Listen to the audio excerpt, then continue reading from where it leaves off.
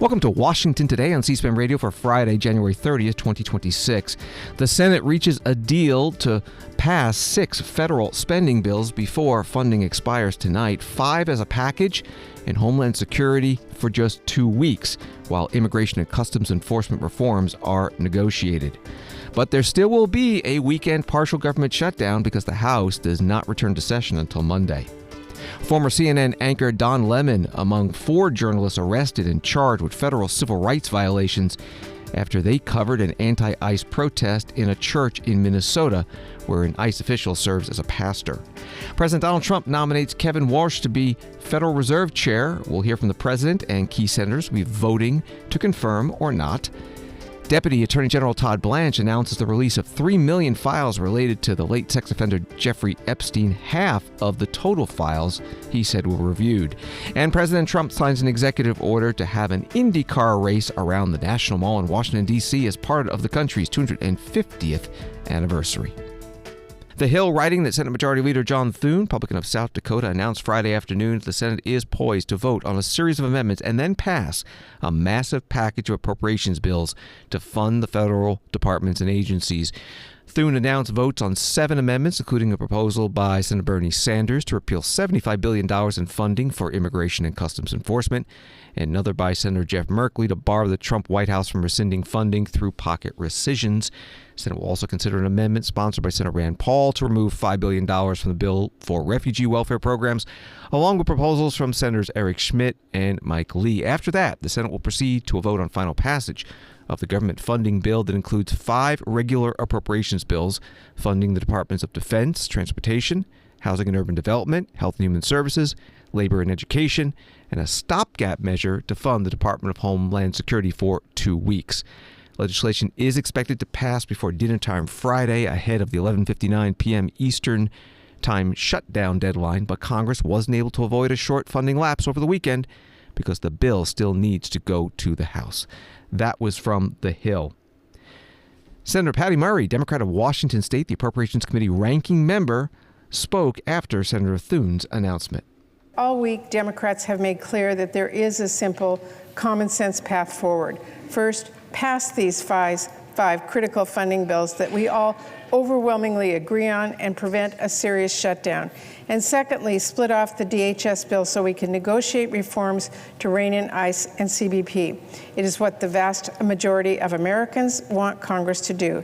And it is good news we have a deal to fund these key programs families count on while work continues on a serious DHS accountability over the next 2 weeks. It could not be more clear that ICE and CBP are out of control and that we cannot just wait for the same president who caused this mess to address it.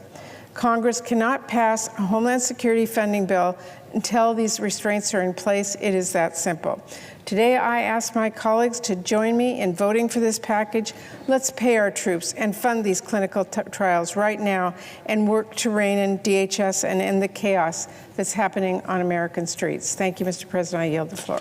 Senator Patty Murray, Democrat of Washington State Appropriations Committee ranking member, today on the Senate floor. Earlier in the day, the package of bills were held up by Senator Lindsey Graham, Republican from South Carolina. He had wanted 2 things. 1, to get a vote on ending sanctuary city policies in the United States. And 2, a bill related to, as he put it, giving groups and private citizens, not members of Congress, who were harmed by the Biden DOJ's Arctic Frost investigation led by Special Counsel Jack Smith, their day in court, being able to sue for damages. He put out a statement late in the day saying that he is guaranteed to get votes on those issues in the future. But earlier in the day, as he was discussing all this on the Senate floor, he talked about ICE. What happened in Minnesota has to be addressed. Senator Schmitt laid out the choices.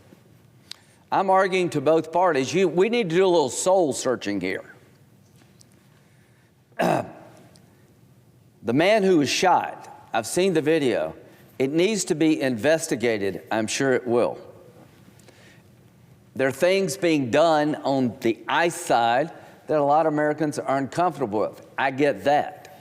To my Democratic colleagues, if you want to try to make it more professional, count me in. If you want to have more accountability, count me in. But your rhetoric, count me out. If you were from a foreign country, Senator Schmidt, listening to the debate on the cable channels, you thought we were the Gestapo. Have you had any stories about a guy getting his finger bit off? The ICE agents and the Border Patrol and all federal law enforcement involved in this has been slandered and smeared. And to the Republican Party, where have you been? Count me in for holding them accountable. Where are you at, leaders? Where have you been? These people are patriotic. They're away from home. These crowds follow them to their hotel. They intimidate their families. The people pushing this are nuts. They're not normal. The man who got shot, investigate. But do not tell me that he didn't have an agenda. Look what happened 10 days before. Maybe excessive force, let's look. But don't play a game like the people out in the streets that are harassing ICE, that they're not part of the problem. Senator Lindsey Graham, Republican from South Carolina, earlier today on the Senate floor, he was holding up the fiscal year 2026 spending bills, demanding a vote on ending sanctuary city policies in the United States. And late in the day, he got a commitment from the Senate Majority Leader John Thune that he will have that vote in the future, and then he relented and let the bills move forward. And part of the agreement in the Senate was to have a series of amendments offered to the spending bills. The first one up was from Senator Rand Paul, Republican of Kentucky, about public aid programs for refugees. A freelance journalist discovered recently that billions of dollars have been stolen from welfare programs in Minnesota. Congress didn't discover this theft. A member of the public did. How did Congress respond? Did Congress open an investigation? Did Congress claw back the money from Minnesota? No. Congress simply decided to give another $5 billion in refugee welfare. My amendment says stop. No more welfare for refugees until a nationwide investigation of the level of this fraud. No more welfare for refugees until Congress balances the budget. America can't be the world's sugar daddy when we can't even afford the welfare for our own citizens. Many refugees are good people. Frankly, some of the best Americans just got here. But our welcome mat should not be a welfare check. Anyone who sponsors immigrants or refugees should be responsible for their welfare. Charity is when you give your money. Any group assisting immigrants or refugees should themselves be responsible for the welfare of the refugees. So my amendment will remove from the bill a little over $5 billion from the refugee welfare programs. And I ask for a yes vote. Senator Rand Paul, Republican from Kentucky, on the Senate floor. Opposing his amendment, Senator Tammy Baldwin, Democrat from Wisconsin. I rise today in opposition to Amendment 4272. This amendment would completely eliminate funding for an office that helps some of the most vulnerable in our country. This office helps shelter and care for children who are seeking safety. It makes sure these children aren't being trafficked. It makes sure these children aren't stuck in cages in Border Patrol facilities for extended periods of time. This office also supports refugees who are victims of torture and human trafficking, who have been admitted to the United States by this administration, by the Trump administration. Lastly, I will note that this program and its funding are supported by President Trump and passed out of our Appropriations Committee with near unanimous support. This amendment is ill-advised, and I urge my colleagues to vote no. Senator Tammy Baldwin, Democrat from Wisconsin, on the Senate floor. The Senate defeated Senator Paul's amendment 32-67. This was the first in a series of votes agreed to by the Senate to eventually pass tonight the 6 fiscal year 2026 spending bills for parts of the government not yet funded.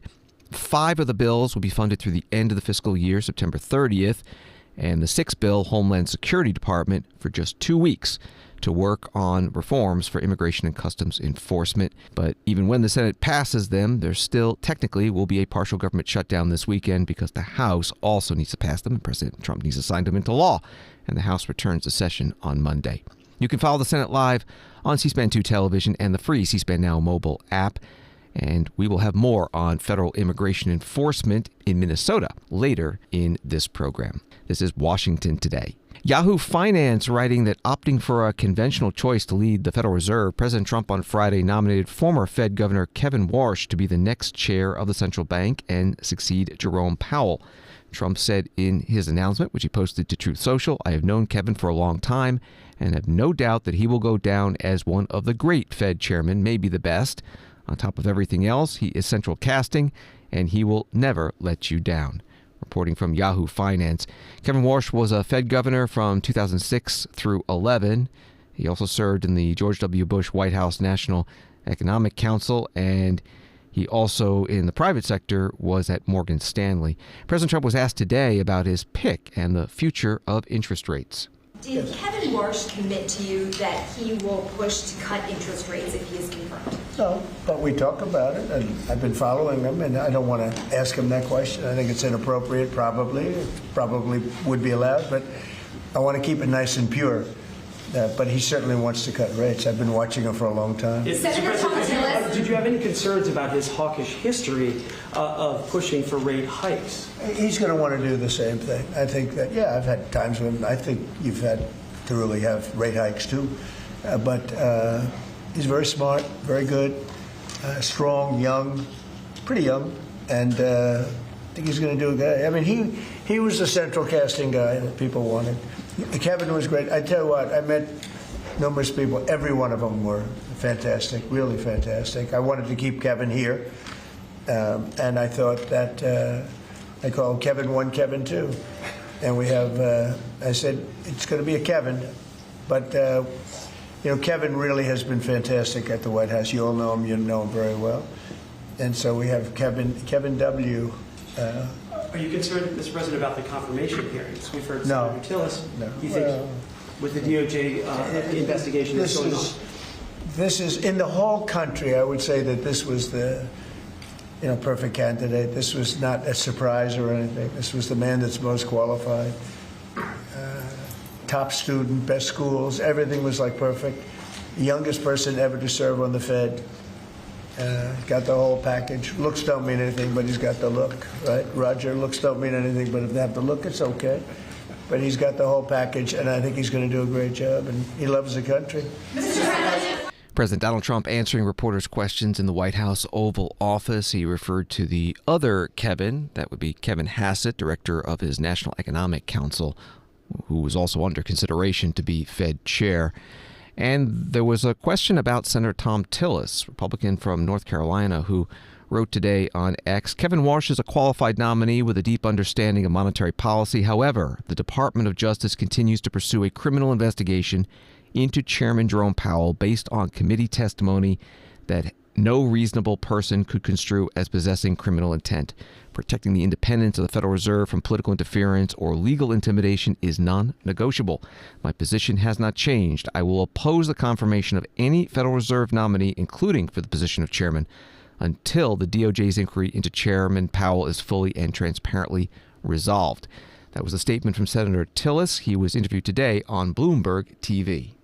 Senator, welcome to the program. So you had been vowing to block any nomination to the Federal Reserve until the DOJ wraps up its investigation. We have some news this morning. As you know, Kevin Warsh has been nominated by the President of the United States to succeed Chairman Powell. Does it change anything for you, sir? No, it doesn't. I am pleased with the nominee. I think that by most accounts he's well regarded, but we still have to clear the current matter. Look, they're pursuing on the basis of criminal intent testimony in a banking committee hearing that clearly had no criminal intent. So to me, you got some assistant U.S. attorney with a dream in the D.C. district that should really determine whether or not this frivolous prosecution is worth holding up a Fed board seat. Senator, we have some time between now and May for that investigation to go away and for the confirmation process to open up. Have you given thought to what would happen if we don't have that time? We get to May, this is still lingering, and the chairman steps away. What happens to the top of the Federal Reserve?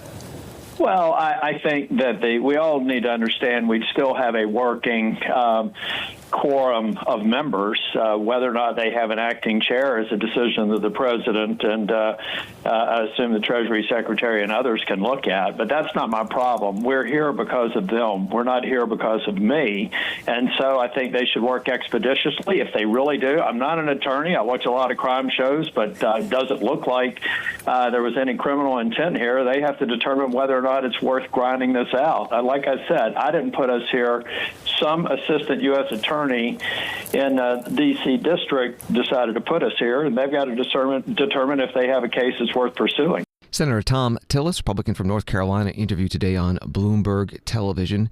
The Senate Banking Committee Chair, Tim Scott, Republican of South Carolina, writing on X, the Federal Reserve's decisions touch every American household, from mortgage rates to retirement savings, and President Trump has been clear that bringing accountability and credibility to the Federal Reserve is a priority. His nomination of Kevin Warsh reflects that focus. As a former Federal Reserve governor, Kevin has a deep knowledge of markets and monetary policy that will be essential in this role. Federal Reserve independence remains paramount, and I am confident Kevin will work to instill confidence and credibility in the Fed's monetary policy. Statement from the Senate Banking Committee Chair, Tim Scott. The Senate Banking Committee ranking Democrat Elizabeth Warren of Massachusetts spoke today to reporters about the nomination.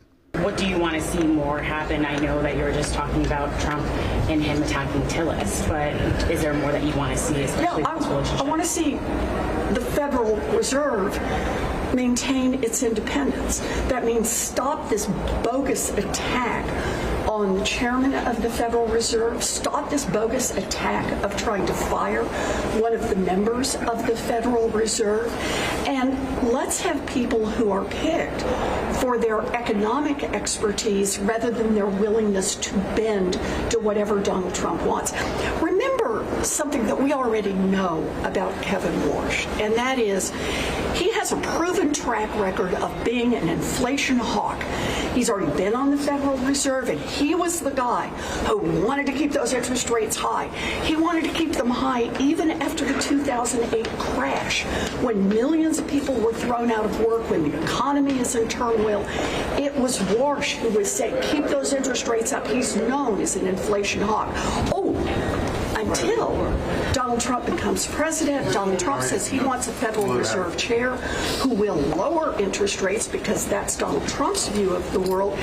And suddenly, last fall, Kevin Warsh, thinks that inflation should not a problem, interest rates should be dropped. And he also says prices are down, down, down. I'm sorry, he's reading the same economic data that anybody else can read publicly that shows that prices are up and shows that the president was lying when he said it, that prices were down, and Kevin Warsh is willing to just keep repeating the same lies. That's not who we need for a Federal Reserve chair. Senator Elizabeth Warren, Democrat from Massachusetts, the Banking Committee ranking member, speaking to reporters. And Wall Street today, after the Fed chair nomination announcement, the Dow down 179, NASDAQ down 223, and S&P down 29.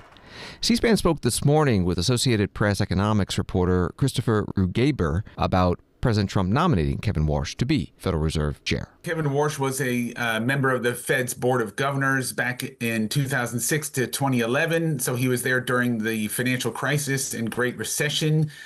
He was a close lieutenant of Ben Bernanke's, the Fed chair at that time. He, at the same time, did oppose or express some discomfort with some of the Fed's low interest rate policies. He has a reputation over the years of generally being what's known as a hawk in interest rate or in Fed parlance. So he generally supports higher interest rates to quell inflation. So that's a little different than what Donald Trump is looking for, of course, which is someone who would cut rates. In the past year or so, Warsh has made clear that he does support lower rates. At this point, he sees the economy as becoming more efficient with innovations from AI, and he thinks that can support lower interest rates down the road.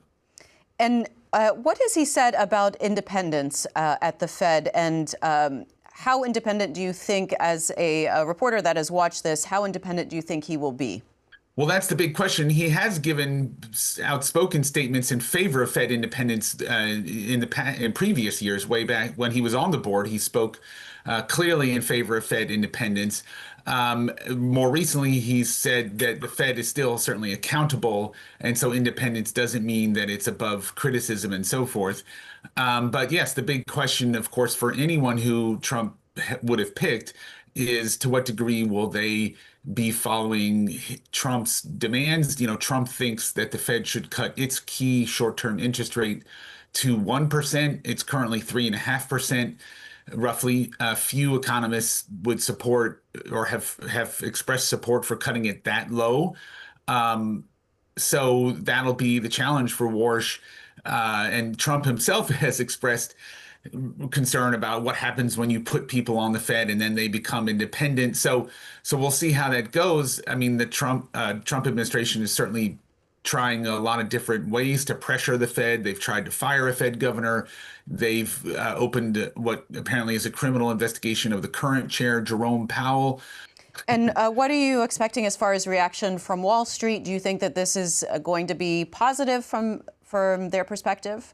The initial reaction was maybe a bit negative. I mean, I think the reaction is that there's an expectation that he would be more hawkish over time, that over time his preference for otherwise higher interest rates would come out. He also has talked about a fairly complex thing around the Fed's balance sheet. The Fed owns trillions of dollars of bonds that it purchased during the pandemic in order to keep longer term interest rates lower, and he wants to shrink that balance sheet, so that could push up interest rates over time. And then he's talked about bringing down the Fed's short-term rate to counteract that. But so I think you've seen some signs. You've seen the dollar go up. You've seen gold and silver fall sharply, and those seem to reflect an expectation that over time rates might be at least a bit higher than they would otherwise compared to other candidates that Trump had floated. Christopher Rugaber, Associated Press economics reporter on C-SPAN's Washington Journal program this morning. Kevin Warsh was a panelist at an economic forum hosted by the Ronald Reagan Presidential Foundation in May 2025 and was asked about the independence of the Federal Reserve. How important is it that the Fed be independent in monetary policy? You've said operational independence, but does that mean, for example, that governors, including the chairman, should be free from the risk of being fired for other than cause? See, Greg started out so softly. We're talking about crypto. And then you see the Fed beat reporter in him come out here at the end. I believe in the operational independence and the conduct of monetary policy as a political economy matter. I think the economy is better off if the world perceives, markets perceive, members of Congress perceive. You got central banks that are calling it the best they see it. Being a central banker is not a prize for the perfect. These are hard jobs, lots of uncertainty. The data is a mess.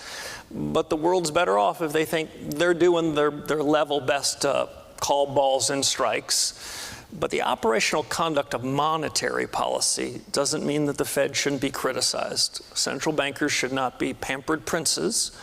If Chairman Hill and his colleagues think that we're doing a terrible job at the central bank, they should be able to call it out. Same thing with the president. As a matter of fact, I'd rather the president call out his consternation with the central bank to the world than do what used to happen in generations past. I don't mean to be invoking President Reagan again, but being summoned to the Oval Office for a little quiet to-do about what you're doing and right. Central banks were created so that politicians would have someone to blame for this. None of this is new.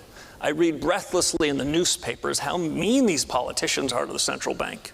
Well, grow up, be tough. And here's the most important thing. What's the secret to central bank independence? Hitting its objectives, doing its job. imagine we had had stable prices in the last 5 years like we did for most of the 30 years before it. Well, there wouldn't really be much of a political fight to be had. Doing its job and having stable prices is the Fed's plot armor. It is how we can succeed and thrive. I call it plot armor. I learned this from Mark Andreessen, who's going to be our lunchtime guest. He introduced the expression to me. I'm a big James Bond fan. I watch all the movies. But James has plot armor. We know they're never going to get him because we want to watch the next movie. The Fed's plot armor is being good at its job. And so my own judgment is the failings in its job, not just in achieving stable prices, but wandering into things in which they have no business, like climate, suggest that the politics are happening somewhat closer to home. Kevin Warsh in May 2025 at the Ronald Reagan Presidential Foundation Economic Forum in Simi Valley, California. Kevin Warsh was nominated today by President Trump to be Federal Reserve Chair. The Federal Reserve was created in 1914, and the chair is nominated and confirmed to a 4-year term and can be renominated and confirmed indefinitely. The current chair, Jerome Powell, is the 16th chair in the history of the Fed. He'll finish his second 4-year term as chair on May 15th, but his 14-year term as Fed governor, which began in 2014, runs through the end of January 2028. He has not said if he plans to stay on. NBC News writing that President Donald Trump is suing the IRS and Treasury Department for $10 billion, alleging they failed to take necessary steps to prevent a former IRS employee from improperly disclosing his tax returns and those of his sons and his company to news outlets.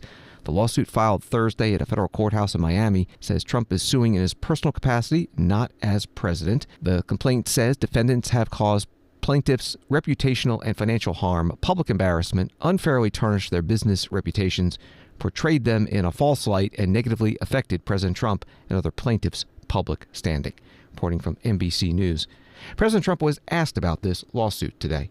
Mr. President, why are you suing this administration and the IRS? Why are you suing? Who are you with? I'm with ABC News. You're a loud person. Very loud. Let somebody else have a chance. Can you answer the question? Why are you suing IRS? ABC fake news. You're suing. Go ahead. I didn't call on you. Go ahead, please. Go ahead. Go ahead. Yeah. Do you think the upcoming ABC, by the way, is truly one of the worst. President Trump in the White House Oval Office. Washington Today continues in a moment. In a divided media world, one place brings Americans together. According to a new Magid research report, nearly 90 million Americans turn to C-SPAN, and they're almost perfectly balanced. 28% conservative, 27% liberal or progressive, 41% moderate. Republicans watching Democrats, Democrats watching Republicans, moderates watching all sides. Because C-SPAN viewers want the facts, straight from the source. No commentary, no agenda, just democracy, unfiltered, every day on the C-SPAN networks.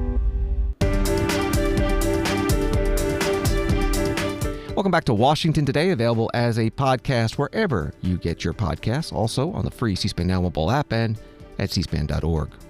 AP writing, the Justice Department on Friday released many more records from its investigative files on Jeffrey Epstein, resuming disclosures under a law intended to reveal what the government knew about the millionaire financier's sexual abuse of young girls and his interactions with rich and powerful people, including Donald Trump and Bill Clinton. Deputy Attorney General Todd Blanche said the department was releasing more than 3 million pages of documents in the latest Epstein disclosure, as well as more than 2,000 videos and 180,000 images. The files, which were being posted to the department's website, include some of the several million pages of records that officials said were withheld from the initial release of documents in December. That was from AP. Here is Todd Blanche at a news conference at the Justice Department. Today we are producing more than 3 million pages, including more than 2,000 videos and 180,000 images. In total, that means that the department produced approximately 3.5 million pages in compliance with the Act. Just a quick note about the videos and images. The 2,000 videos and 180,000 images are not all videos and images taken by Mr. Epstein or someone around him.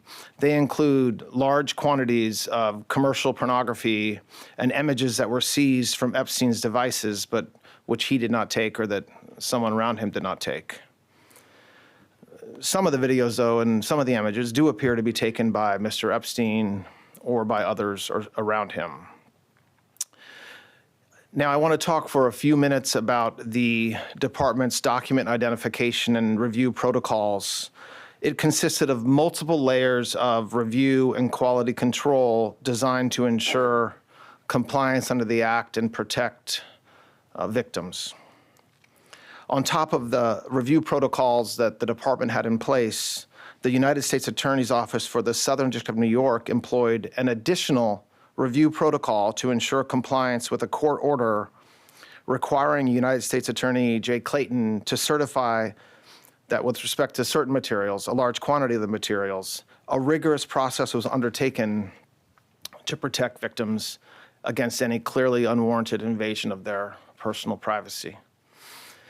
The department's collection effort resulted in more than 6 million pages being identified as potentially responsive, including department and FBI emails, interview summaries, images, videos, and various other materials collected and generated during the various investigations and prosecutions that the Act covered.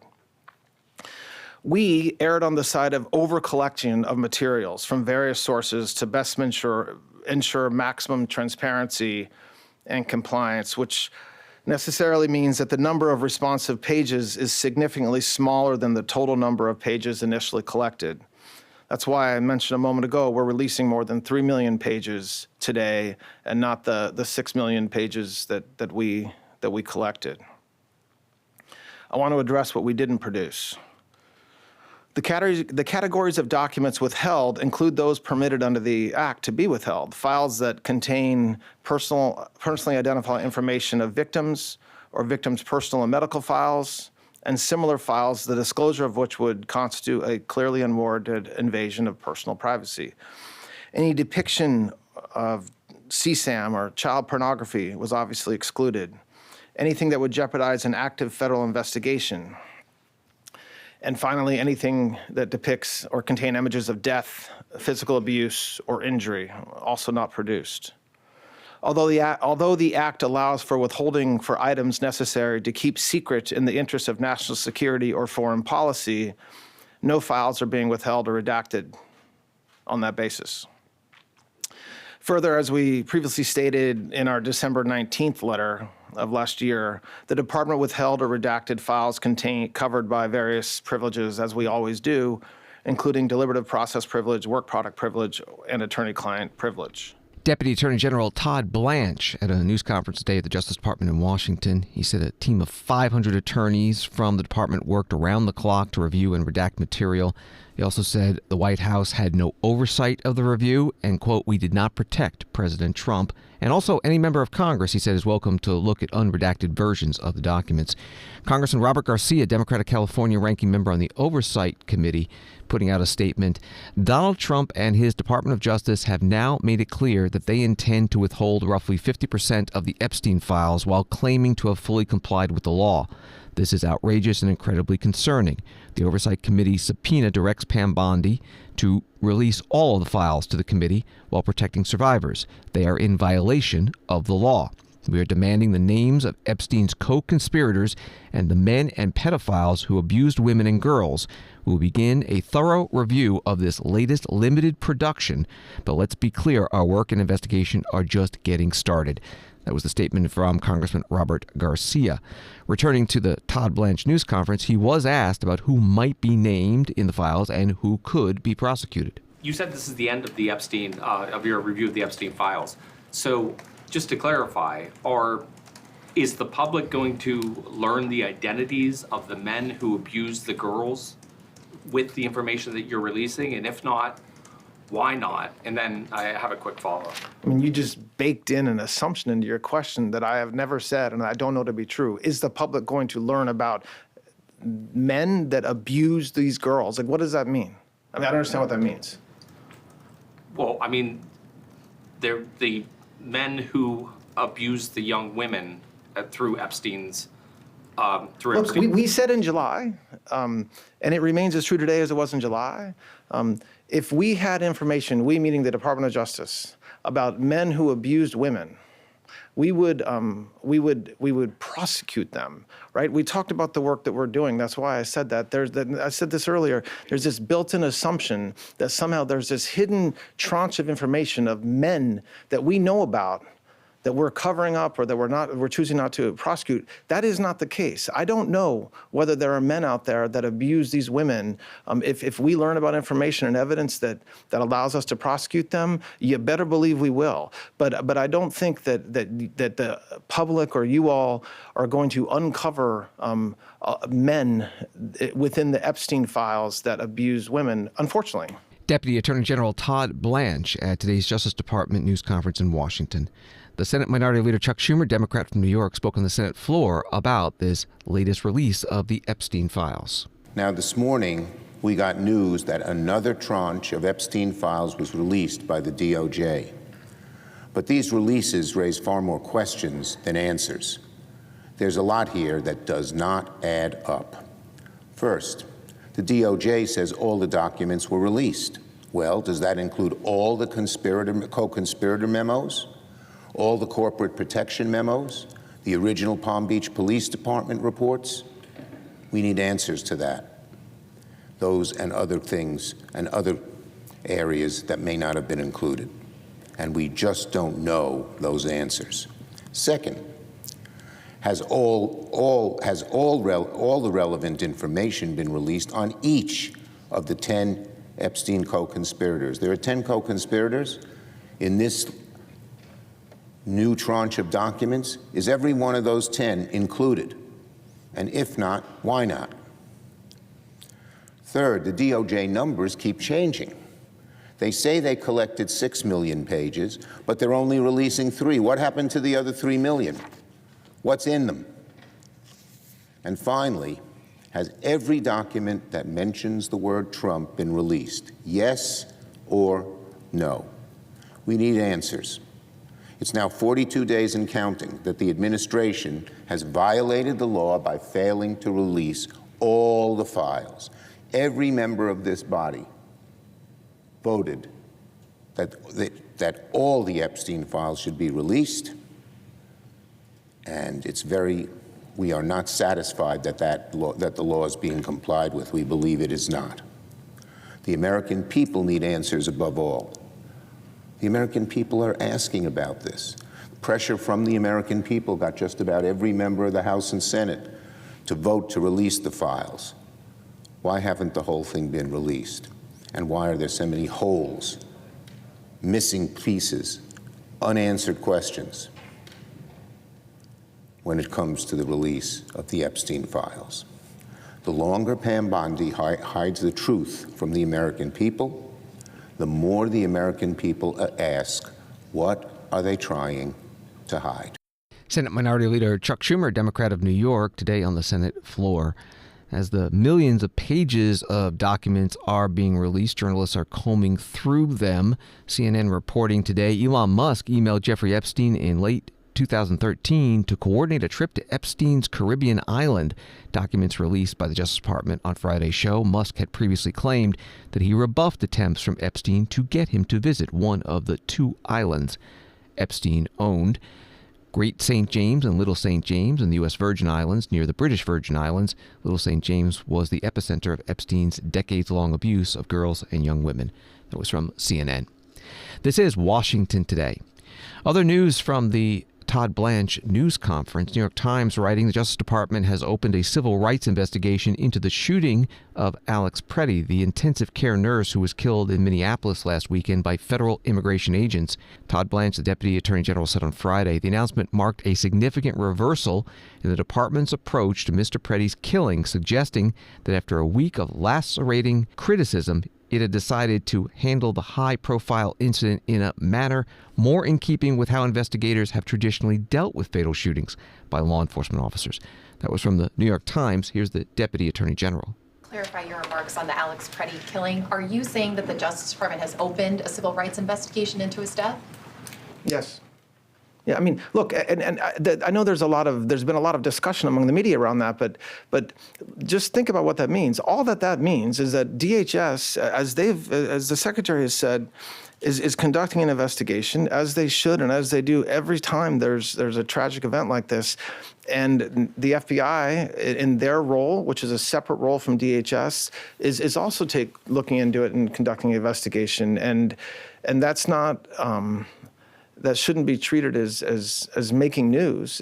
We've said that for a week, and it remains as true today as it was last Sunday when I said it.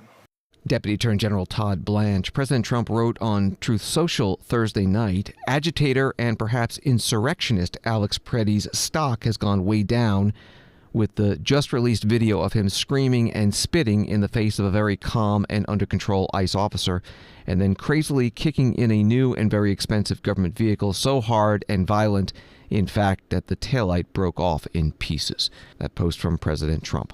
President Trump was asked today about a comment this week from Minnesota's Democratic Governor Tim Walz. The Atlantic writes that Governor Walz worries that the violence in his state could produce a national rupture. I mean, is this a Fort Sumter? He mused today in an interview in his office at the state capitol. The island fortification near Charleston, South Carolina, is where Confederate forces fired the first shots of the Civil War in 1861. Now it's federal forces that are risking a breach. Walz told me it's a physical assault. It's an armed force that's assaulting, that's killing my constituents, my citizens. That was from The Atlantic, published on Tuesday. Here's part of President Trump's response today. If you look at Minneapolis, we have crime down there because we took out thousands of people, despite all the mess and everything else. But do these people really want to have rapists? Do they really want to have drug dealers and people from prisons and murderers? Do they really want to have them in the community? It's really insurrectionists and agitators, and they're paid. And you can tell a lot of reasons. Number one, they're professionals, with their mouth. But they're also, you look at the signs. The signs are all professionally made. They have signs that are gorgeous. In fact, I want to get the sign because I need a lot of signs for different things. And I want to find out whoever does their signs, they do a beautiful job. Everybody has this beautiful sign with brand new wood. It's like leather panels. They have a leather handle on the bottom. These are not people these are people that are handed signs, and we know pretty much, we're getting very close to it, but we know pretty much who's funding this stuff. These are paid insurrectionists, paid troublemakers. But I was elected by a landslide. I won every swing state. I won the popular vote by a lot. I won everything. And I was elected by a landslide on law and order and on strong borders. We had a border that was so bad, so open, where 25 million people came in over a period of 4 years, and now nobody comes in. Nobody even tries to come in. And I can only say, I think we'll say it very plainly, elections have consequences. The people want law and order. And we have a silent majority. We have a silent majority of people. They don't go and riot and everything else, but they like what we're doing. They like having a safe city. President Donald Trump, part of his news conference today in the White House Oval Office. WCCO-TV in Minnesota reporting that organizers are calling for a nationwide strike on Friday, urging Americans to stay home from work, school, and abstain from shopping in protest against Operation Metro Surge and immigration and customs enforcement action across the United States.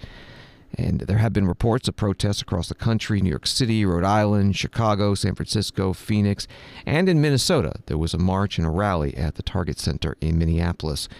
Earlier in the day in Minneapolis, at the now regular protest outside the Whipple Federal Building where ICE detainees are held, a mother and organizer appealed for the end of federal immigration enforcement operations in her city. Good morning. Good morning. My name is Jennifer Arnold, and I'm the parent of a second grader at a South Minneapolis elementary school. And for the last 8 weeks, me and other parents from my son's school have been organizing to make sure that our immigrant neighbors, whose kids also go to our kids' school, have the food that they need to feed their children. Yes. We're organizing to make sure that they have the money they need to pay the rent, so our immigrant neighbors can be safe at home. Yes. We're organizing to make sure that the children in our community can get safely to school if they want to go to school. And that their parents can get safely to appointments if they need to go to appointments. Because without us, our neighbors would risk being kidnapped by masked federal agents. And so I have stood on street corners with my whistle outside of my son's school, at bus stops. That's right. I have organized people to get kids ride to school. I have delivered food to my neighbors. Yes. And when I heard that other Minnesotans, that the federal government would like to punish Minnesotans for doing these acts, for loving our neighbors, I am outraged. And I want to make one thing very clear. You can try to intimidate us. You can try to stop us. That's right. But we will not stop loving our neighbors. That's right. We will not stop caring for each other. And if you want to punish some Minnesotans, punish all of us. We are all in this together. Jennifer Arnold at today's protest outside the federal building in Minneapolis. Story from CBS News. The Trump administration's deployment of troops to 5 different U.S. cities last year cost roughly $496 million through the end of December, according to estimates released by the Congressional Budget Office this week. Keeping Guard forces deployed at the same level as late December could cost about $93 million per month going forward, the nonpartisan office estimated. That was from CBS News. And from NPR, former CNN anchor Don Lemon and an independent Minnesota journalist Georgia Fort were among 4 people arrested by federal agents in connection to an anti-ICE protest at a church in Minnesota. Protesters interrupted a religious service at the church, where an immigration and customs enforcement official serves as a pastor. Lemon had followed the protesters in as they demonstrated in his live stream video. He says he is there as a journalist. He interviewed the pastor and others present, as well as protesters. That was from the article at NPR. The U.S. House Minority Leader Hakeem Jeffries, Democrat from New York, was asked for comment at a news conference in Washington. Should we expect any sort of organized response from Democrats to the arrest of Don Lemon this morning? And what do you think that says about the Trump administration? Trump administration has systematically targeted the free and fair press because they want to intimidate America and oppose anyone who is not willing to bend the knee to their extremism. We are not going to be intimidated at all. The free and fair press is central to the foundation of American democracy. Thomas Jefferson famously made that clear, that he would prefer a country that had newspapers over government as opposed to governments over newspapers. This is central to who we are as a country. And so Don Lemon, we know, is an accomplished journalist who was doing his job as part of the free and fair press. There's no legitimacy, no basis to Don Lemon's arrest, no basis to the arrest of the other journalists, and the American people are not going to stand for it. And House Democrats are going to stand up for them. And the rights of the free and fair press as central to American democracy and our values in terms of who we are. But how? I issued a statement as it relates to where we are right now. It just happened. And so we haven't had an opportunity, even as members of Congress, to talk to each other about next steps. But of course, next steps will be forthcoming. U.S. House Minority Leader Hakeem Jeffries, Democrat from New York, at a news conference today in Washington. NBC News writing, the Department of Homeland Security said in a statement that Don Lemon was charged with conspiracy and interfering with the First Amendment rights of worshipers. And Attorney General Pam Bondi, in a post saying that she ordered the arrest of Lemon and 3 other journalists, referred to, quote, a coordinated attack on Cities Church in St. Paul, Minnesota. Congressman Mark Harris, Republican of North Carolina, writing on X, actions have consequences, and Don Lemon is learning that in real time. Disrupting a place of worship is never acceptable. You don't get to disrupt a church service, then play the victim after. Accountability matters. Another journalist arrested today in connection with the anti-ICE protest in the church in Minnesota is Georgia Fort, who lives and works in the area, and she posted a video as federal agents arrived this morning. I wanted to alert the public that agents are at my door right now. They're saying that they were able to go before a grand jury sometime, I guess, in the last 24 hours, and that they have a warrant for my arrest. I've talked to my attorney, and I'm being advised to go with them, I guess, down to Whipple. And my children are here. They're impacted by this. This is all stemming from the fact that I filmed a protest as a member of the media. We are supposed to have our constitutional right of the freedom to film, to be a member of the press. I don't feel like I have my First Amendment right as a member of the press. Because now federal agents are at my door arresting me for filming the church protest a few weeks ago. Again, I don't have a long time here, you guys, but I wanted you to know, for me, agents are at my door right now. My attorney has spoken with them. I did send a relative outside to talk to them. They're showing some type of documentation, apparently, that they got an indictment from a grand jury. I knew that I was on a defendant's list. I did not publish it because it was under seal. And so we've done everything that we can to try and abide by, the advice of our attorneys. But right now, you guys, I wanted you to know I'm going to have to hop off here and surrender to agents as a member of the press. I filmed the church protest a few weeks ago, and now I'm being arrested for that. It's hard to understand how we have a constitution, constitutional rights, when you can just be arrested for being a member of the press. We've seen all these violations. All right, you guys, I got to go. They're knocking. Yep, she's coming right now. Give me 1 second. Georgia Fort, independent journalist in the Twin Cities area in Minnesota, posting that video. This is Washington Today.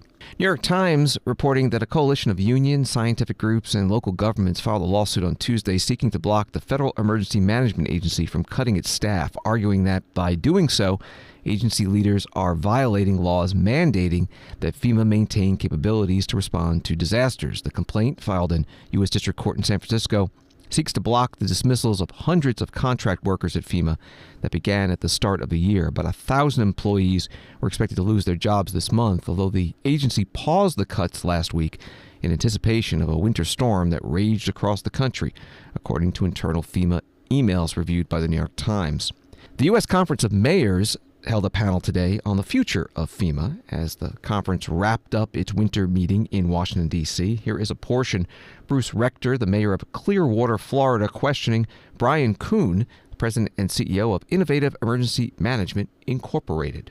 Yeah, Bruce Rector, mayor of Clearwater, Florida, next door neighbor to Mayor Castor. We appreciate so much Mayor Castor's involvement here, and you've represented us so well, not just Tampa Bay, but the entire country and mayors all across the country. So thank you for that. And I don't know if I've ever met a mayor in all my years of working with, communities throughout the country that have been experienced disasters, have been frustrated with FEMA and seen things that could be done better. And it feels like we're moving towards maybe some reform.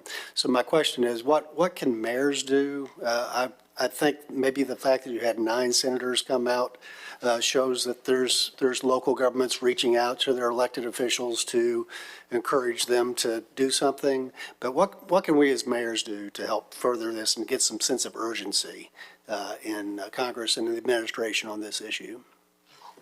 Matt, you or Brian have some suggestions? I'll start. Mayor, and for all the mayors, ultimately what you heard me talk about was shifting a lot of, particularly the financial burden of these disasters, to state and local governments. And so I think one of the things you can do locally at the county level in Pinellas County and with the state legislature is lean forward on this, anticipate those changes, and start thinking, what are your cash needs going to be short term for debris removal and other things? What are the long term things that you're going to need to think about for rainy day funds, both at city, county, and state level? Think about the efforts you can take in Clearwater to harden your infrastructure to reduce the impact of future disasters. What can you do as you build things to reduce those future things? Across the country, I think the things I highlighted there are going to lead us to a greater conversation about building codes, building standards, land use planning, zoning, and so that we start thinking longer term and more hardening of our infrastructure as we build it. So I think if you can take it back to Florida, the legislature's in session right now, as you know, get them thinking about what the new reality is going to be so that we can adapt to it, the sooner the better. Brian Kuhn is president of Innovative Emergency Management Incorporated and a former Florida Division of Emergency Management director.